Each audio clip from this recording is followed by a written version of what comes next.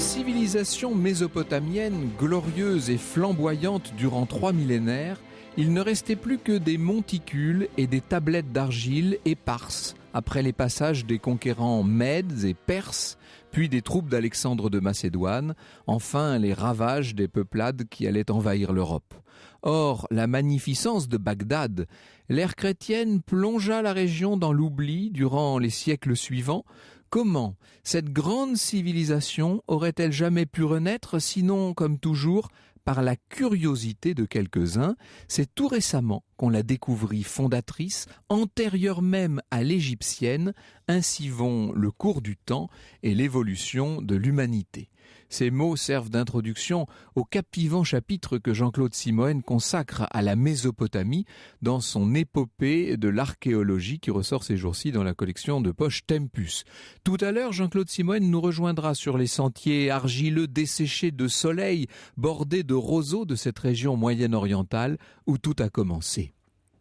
Laissez-moi d'abord, à titre de préambule, vous présenter un grand roi de la très antique ville d'Uruk, roi mythifié, divinisé après sa mort aux alentours de l'an 2600 avant Jésus-Christ, est devenu le héros de la plus antique épopée de notre monde, Gilgamesh. L'épopée de Gilgamesh, telle que je vais l'évoquer, a été rédigée en langue akkadienne au début du 2e millénaire, mais il faut bien comprendre que ces récits s'appuyaient eux-mêmes sur d'autres nettement plus anciens, écrits en langue sumérienne et dont on a retrouvé quelques fragments sur des tablettes d'argile.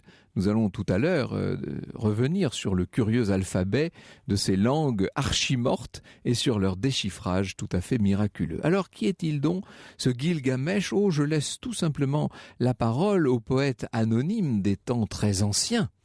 Exceptionnel monarque, écrit-il, célèbre, prestigieux, preux rejeton d'Uruk, buffle à la corne terrible, tel était Gilgamesh, parfait, éblouissant. Entre la multitude des hommes, il n'y en avait pas un qui pût rivaliser avec lui en souveraineté et déclarer, comme lui, le roi, c'est moi et moi seul. En vérité, les dieux ont tôt décidé d'éprouver la bravoure, d'éprouver la force, d'éprouver aussi, disons-le, l'orgueil de Gilgamesh, et ils ont cette idée, qui n'appartient qu'à des dieux, d'aller créer une sorte de sosie. Ils font un double de Gilgamesh, comme une sorte de jumeau qu'ils arment des mêmes puissances, de la même bravoure, et qu'ils installent tranquillement dans le désert, en attendant qu'ils viennent menacer la cité d'Uruk, la cité de Gilgamesh. Alors, pour commencer par l'amadouer, Gilgamesh lui envoie quelques courtisanes, des femmes expertes dans l'amour raffiné et libre qui se pratiquait dans la belle ville d'Uruk. La première courtisane parvient d'ailleurs à séduire l'alter ego, qui en vérité s'appelle Enkidu. Et d'écarter ses voiles, nous dit le poète, et de se découvrir le sexe pour qu'il y prît sa volupté sans crainte de l'épuiser. Quand elle eut laissé choir son vêtement, il s'allongea sur elle, et elle lui fit à ce sauvage son affaire de femme, tandis que de ses mamours il la cajolait. 7 jours et 7 nuits, Enkidu excité fit l'amour à sa courtisane. Donc vous imaginez, on peut dire que Gilgamesh a réussi. Eh bien en vérité, pas tellement, parce que cette courtisane ne trouve rien de mieux que d'attirer Enkidu jusqu'à la cité du roi Gilgamesh. Elle le fait entrer dans Uruk, et là ça devient extrêmement difficile. Il faut vous dire que Enkidu, dès son entrée dans Uruk, est choqué par l'attitude du roi, par le comportement, comment le qualifier ? Par le comportement oppressif de Gilgamesh. Et il va finir par le défier en un duel terrible. Les deux hommes, si je puis dire, les deux géants vont s'opposer dans un corps à corps violent. Ce sont des colosses qui combattent. Et au moment même où Gilgamesh va devoir céder devant la force tellement extraordinaire d'Enkidu, eh bien, ils finissent par s'embrasser. C'est une sorte de retournement de situation. Vous savez qu'on dit que les grandes amitiés naissent toujours de confrontations assez dures. Eh bien là, c'est le cas. D'une inimitié initiale va naître ce qui est sans doute l'une des plus belles histoires d'amitié fraternelle de toute la littérature antique. Alors Gilgamesh, avec ce qui désormais va devenir son confident, son serviteur, Enkidu, son ami devrais-je dire, décide de leur créer à tous deux une mission à la hauteur de leurs extraordinaires pouvoirs. Ils vont s'en aller couper des cèdres très loin dans les forêts du Liban. Et ces cèdres, il va falloir les rapporter. Et au passage, il aura fallu triompher des pouvoirs eux aussi surnaturels et terrifiants du monstrueux Humbaba. La route est très longue pour aller jusqu'au Liban. Elle est semée d'embûches, bien entendu. La rencontre avec Humbaba est aussi dure que ce qu'on imaginait, peut-être même pire encore, mais finalement, les deux géants parviennent à s'emparer du féroce gardien des forêts libanaises. Ils le tuent en dépit des hésitations de Gilgamesh, qui a beaucoup plus d'état d'âme dans toute cette affaire qu'Enkidu lui-même, beaucoup plus dur, beaucoup plus brutal, et finalement, ils vont rapporter les cèdres, d'une façon simple, ils mettent les cèdres à flot et ils les ramènent sous forme de radeau.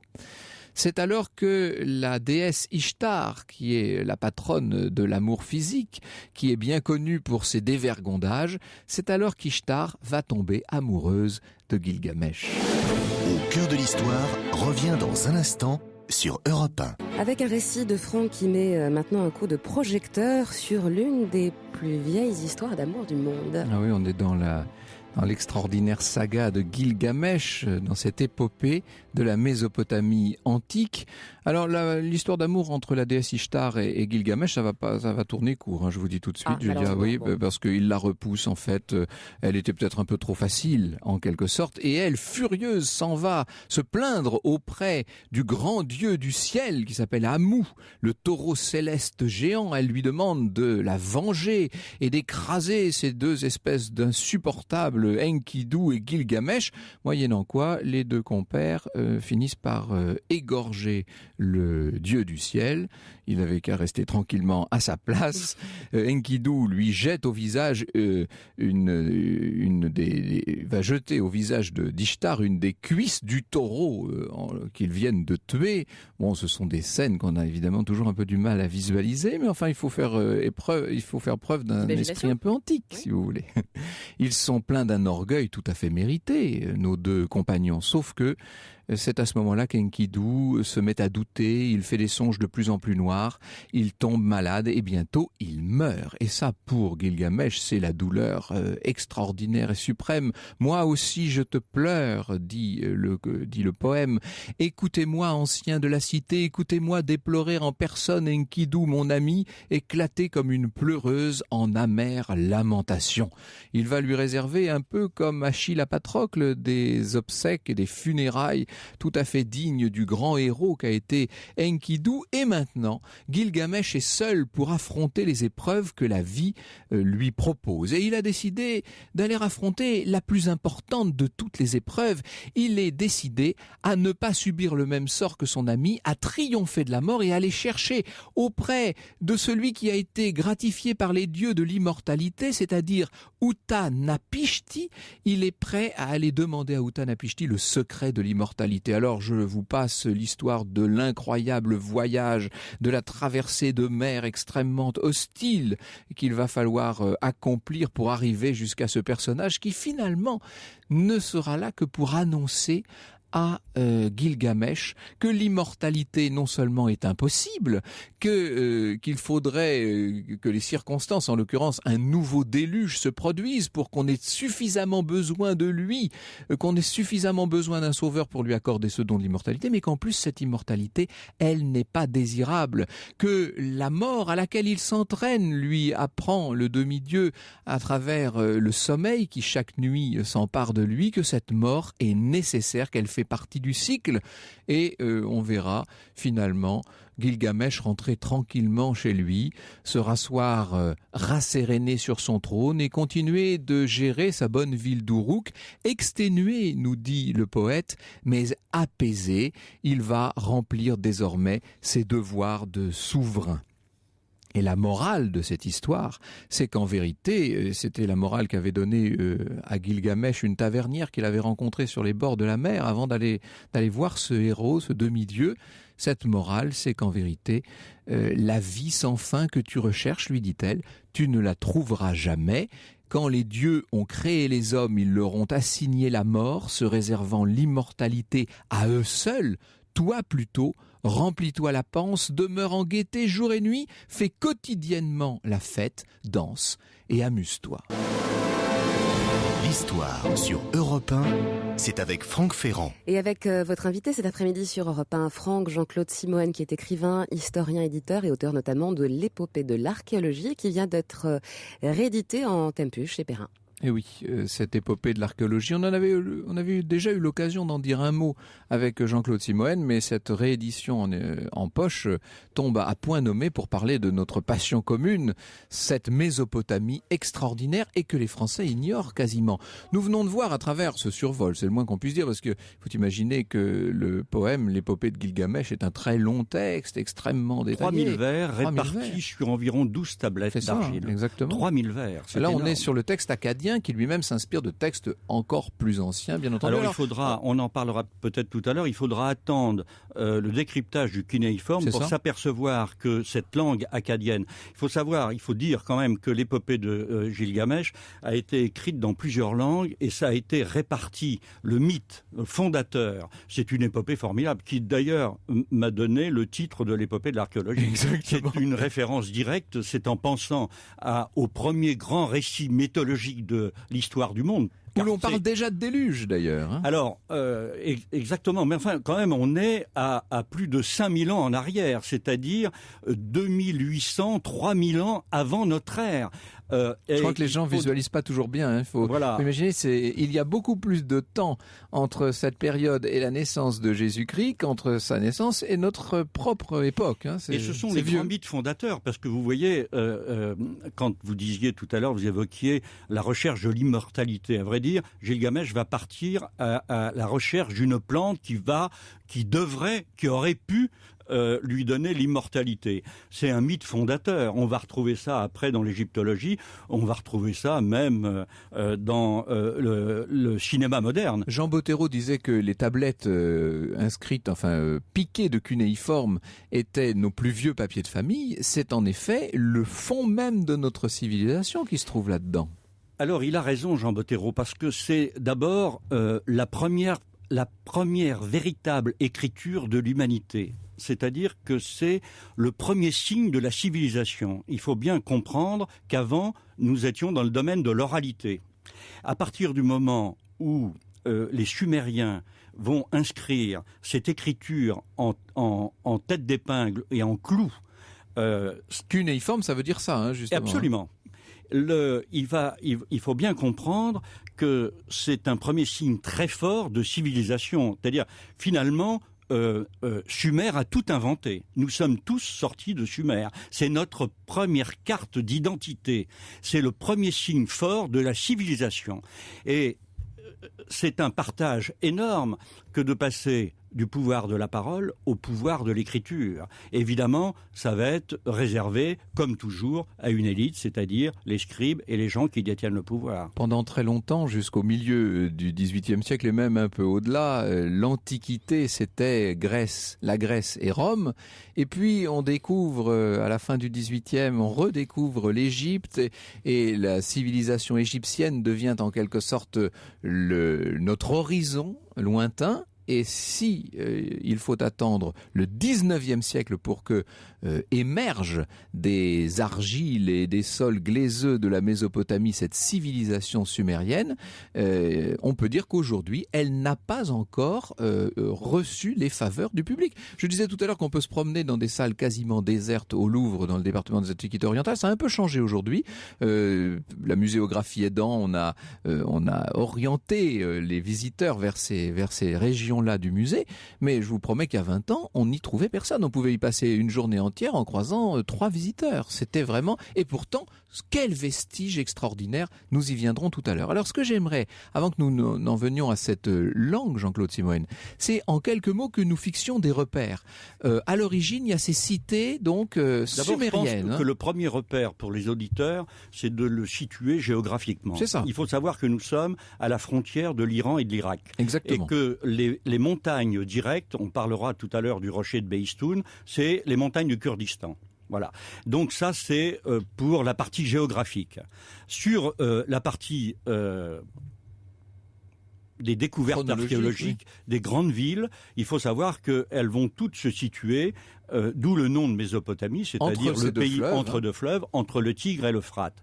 Et toutes ces villes, on les découvre petit à petit, tout au long du 19e siècle, et encore d'ailleurs en partie la première moitié du 20e siècle. Alors tout à l'heure, on va revenir sur ces différentes découvertes et sur les grands archéologues, c'est le sujet même de votre ouvrage. Mais ce que j'aimerais qu'on dise tout de suite, c'est en deux mots, les Sumériens, c'est jusqu'à quelle époque à peu près ? Les Sumériens, c'est avant 3000 ans. Voilà, bien avant même, oui. C'est bien avant 3000 ans. C'est un peu concomitant à une autre civilisation qui est la civilisation hittite. Et elle se trouve plus au nord-ouest. Plus au nord-ouest. Et si on remonte un peu plus, alors on va ce que nous sommes en train de découvrir tout juste maintenant, parce que c'est ça, l'archéologie actuelle, moderne, avec que tout ce que les apports techniques de la modernité peuvent lui donner, nous sommes en train de découvrir tout juste la civilisation de l'Indus, qui est peut-être même antérieure. Alors elle est beaucoup plus à l'est, évidemment. Enfin, pas tant que ça d'ailleurs, mais elle est nettement plus à l'est, disons. C'est Mohenjo-Daro, tout ça. D'ailleurs, on pourra peut-être faire une émission là-dessus, c'est passionnant aussi, mais c'est un autre sujet encore. Donc, les Sumériens sont envahis par des barbares, ça devient l'empire d'Akkad, on parle des Akkadiens par la suite. Alors, les Akkadiens parlent, les nobles, hein, les gens lettrés parlent le sumérien. La langue akkadienne est la langue commune à toute cette partie du monde. Toute cette partie du monde où tout va naître. Vous savez que on commet encore à notre époque une erreur considérable, c'est que l'écriture cunéiforme est bien antérieure à l'écriture hiéroglyphique, bien antérieure. On mettait au début, c'était des pictogrammes. Alors on va y venir. C'est-à-dire des images. Cette écriture cunéiforme, qui donc est bien plus ancienne que l'écriture égyptienne encore, nous y venons dans un instant en votre compagnie, Jean-Claude Simoët. Jusqu'à 14h sur Europe 1. Plongez au cœur de l'histoire avec Franck Ferrand. Vous allez voir qu'en fait, cette archéologie du Moyen-Orient, elle est née en grande partie en Perse, et que c'est Paul-Émile Botta, notamment, notre père, le père de tous les archéologues, français en tout cas, qui le premier a découvert des merveilles dans toute cette région. C'est un immense archéologue, auquel lui a succédé un autre Français qui s'appelle Victor Place. Oui. On doit d'ailleurs à Paul-Émile Botta et Victor Place quasiment toutes les très belles salles du musée du Louvre, où il y a malheureusement encore très peu de gens. Oui, c'est vrai. Hein, c'est et ce sont deux archéologues auxquels on ne rend pas suffisamment hommage, parce qu'après, très rapidement, la Mésopotamie va être le terrain privilégié des fouilles archéologiques allemandes, avec un très très grand archéologue, qui est Koldewey, qui va entre autres reconstituer au musée de Berlin la célèbre porte d'Ishtar. Nous avons quand même au Louvre des vestiges monumentaux. Je pense au célèbre taureau bicéphale de la Padana de Suse, qui est absolument tout à fait extraordinaire. La frise des archers dont je parlais, etc. Tout ça, c'est des vestiges achéménides, donc de l'Empire perse, un petit peu postérieur. Il y a des vestiges assyriens fabuleux. On a ce palais de Khorsabad absolument extraordinaire avec ses taureaux ailés qui mesurent plusieurs mètres de haut. Emmenez les enfants au Louvre, ils vont être éblouis. Un atome de seconde, la prouesse technique que représentait le transport de telles masses de pierres. Or, vous savez que pour les circuler jusqu'à la mer, il fallait évidemment emprunter ou le Tigre ou l'Euphrate. C'était sur des outres gonflées, lesquelles étaient évidemment soutenues sur des rondins. Mais rien que le transport du site archéologique au fleuve, du fleuve à la Méditerranée, après c'était presque gagné, parce qu'après c'était les bateaux. Mais c'était non sans risque d'ailleurs, parce que tous ces trésors archéologiques étaient souvent, on va dire, les brigands voulaient souvent essayer de marchander au mieux les trésors découverts par les archéologues. Si nous cherchions, Jean-Claude Simoët, une illustration de l'imprégnation de notre culture par tous ces mythes mésopotamiens, nous venons de la voir pendant l'écran de publicité. C'est peut-être la première fois depuis 10 ans que je vais réagir sur la page, oui, à une publicité, mais en l'occurrence, on vient d'entendre la publicité pour le livre de Marc Duguin, La vallée des géants, je crois que c'est ça, ou l'avenue des géants. En tout cas, où il est question d'un véritable Gilgamesh, ni plus ni moins, un Gilgamesh moderne. Frédéric nous invite à aller visiter le musée Bodmer à Coligny. Il doit être de Genève, Frédéric. Magnifique. consacré, nous dit-il, à l'histoire de l'écriture et du livre, une collection fabuleuse dédiée également à la recherche. Ça nous amène donc à notre sujet, à cette écriture mésopotamienne, à cet alphabet, si l'on peut dire, cunéiforme. Alors pourquoi dit-on cunéiforme ? Parce que on est en présence de tablettes d'argile qui ont été fichées, marquées à coups de clous, de coins. On dit ou coin ou clou, ou peut-être même les deux, d'où en fait c'était un roseau taillé. Ou un peu de latin, cunéiforme, voilà, c'est l'origine, coin et clou. Et alors, vous imaginez la tête des gens quand les archéologues ont découvert, entre autres, la bibliothèque d'Ashurbanipal, 25 000 tablettes d'argile. Vous savez, il y a un homme qui est un Américain qui s'appelle Kramer et qui a consacré toute sa vie à l'écriture cunéiforme. Et sur la fin de son existence, il en a publié un livre, L'histoire commence à Sumer, qui est une référence absolue. Et il y a une jeune impertinente qui vient l'interviewer, best-seller mondial, L'histoire commence à Sumer de M. Kramer. Et elle lui dit, mais qu'est-ce que c'est qu'un sumérologue ? Et il la regarde et il lui répond tout à trac, écoutez, vous êtes jeune et jolie. Alors je vais tenter de répondre à votre impertinence. Eh bien, voyez-vous, mademoiselle, un sumérologue, c'est quelqu'un qui sait presque tout sur presque rien. C'est ça. C'est joli, non ? Tellement peu de choses et en même temps tellement fondamentales. Cette écriture, au démarrage, à l'origine, est une écriture essentiellement pictographique, destinée à un échange commercial. Pictographique, c'est-à-dire que chaque signe représente une valeur. Image. C'est ça, une image. Une image, voilà. Et alors, ça, les choses vont s'améliorer petit à petit. Il va y avoir l'intrusion de voyelles, c'est-à-dire que la parole va être transformée et c'est le début de l'écriture. Alors, c'est facile d'en parler comme ça en 2012, mais quand on a ces plaquettes d'argile, évidemment, c'est absolument impossible à déchiffrer.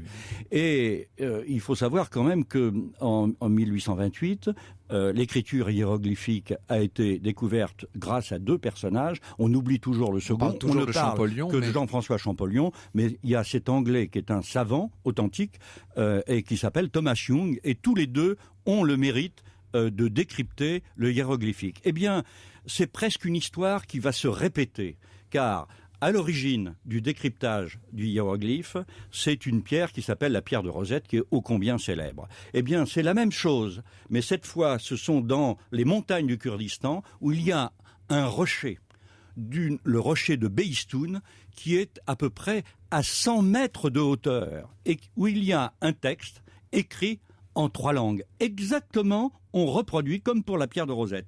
Et ces 3 langues, c'est évidemment le vieux perse, l'akkadien qu'on appelait à cette époque-là le babylonien, et alors, pardon, juste un mot, akkadien, A2KA, oui. Ça n'a rien à voir avec les Akkadiens américains, on parle là de cette civilisation donc, qui est entre les Sumériens et les Assyriens. Voilà, nous sommes au Moyen-Orient, nous ne sommes pas de l'autre côté dans le Nouveau Monde. Voilà, je referme la parenthèse. Bien précisé, voilà. Ouais. Et alors, il y a un personnage qui est un savant allemand qui va avoir... Grotefend. Qui s'appelle Grotefend, qui est quand même un érudit, c'est un linguiste, c'est un épigraphiste même, c'est un philologue, donc un monsieur qui a une solidité d'érudition. Il a une intuition géniale, il y a un cartouche sur ce rocher de Behistun et il dit « c'est Darius ». C'est exactement, là encore, comme pour le hiéroglyphe. Dans le cartouche avec Ramsès, oui c'est ça.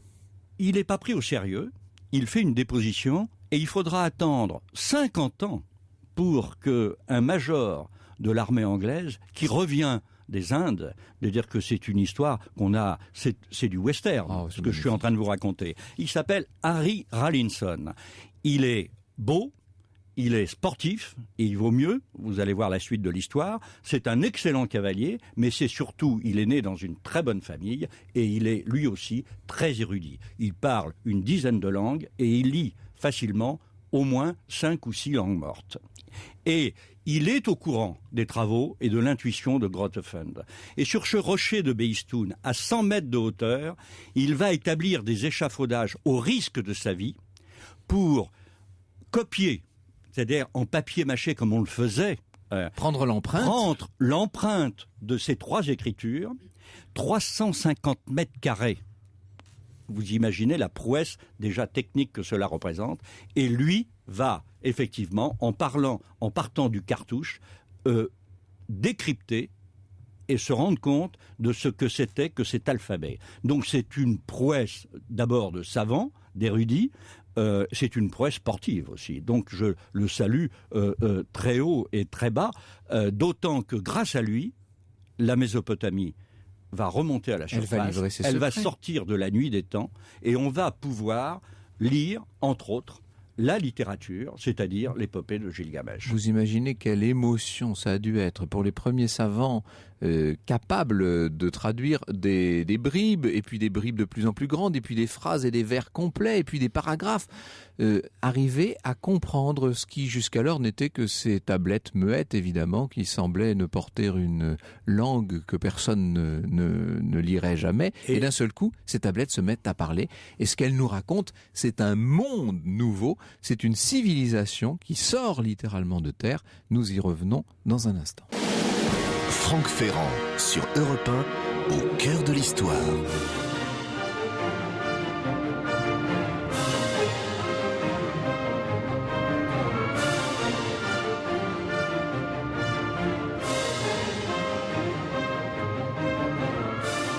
La Bacchanale sur Europe 1, extrait de Samson et Dalila, composé bien entendu par Camille Saint-Saëns. Alors nous repartons pour le Moyen-Orient et pour les découvertes extraordinaires qu'on y a faites.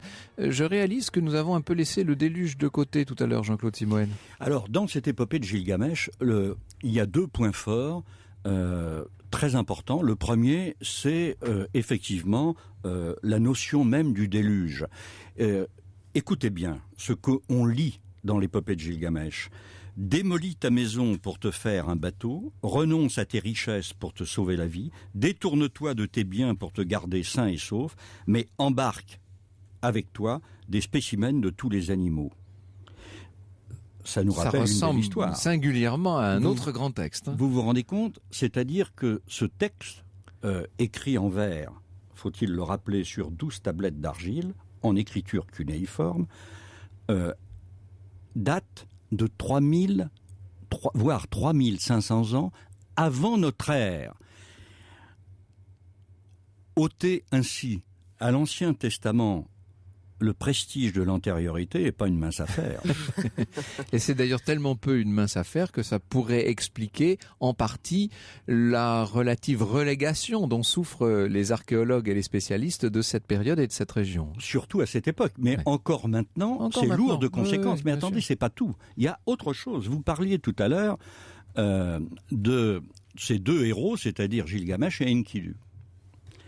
Il y a le rôle de la femme, c'est-à-dire la courtisane, la cabaretière, exactement. Quand ils vont... Je l'appelais tavernière tout à l'heure, j'aime mieux cabaretière. Oui, voilà. Il va lui faire l'amour pendant 7 jours et 7 nuits. Mais vous savez ce que ça veut dire. Pas mal. Oui, ça nous laisse pantois. C'est même très bien. Mais ça veut dire, c'est l'acte sexuel. Mais surtout, il va devenir intelligent. Mais c'est... là encore, un rapprochement avec la Bible, c'est-à-dire le rôle civilisateur de la femme qui est également présent dans la Bible, et ça nous rappelle bien évidemment le passage de la Genèse, c'est-à-dire Adam et Ève. Alors, le fruit de la connaissance. Nous nous acheminons malheureusement vers la fin de cette émission, Jean-Claude Simoën, et nous n'avons que très peu parlé finalement des héros même de votre épopée, c'est-à-dire des grands archéologues. Quelques mots tout de même des Français, notamment Jeanne et Marcel Dieulafoy. Alors là, on repart pour la Perse. Alors écoutez, je pense qu'il faut bien comprendre que c'est un champ de ruines. Et c'est un champ de ruines... Tous Moyen-Orient, Irak, Iran compris. Oui, mais en Égypte, c'est du solide. C'est de la pierre. Là, c'est de la brique. C'est-à-dire qu'il n'y a rien.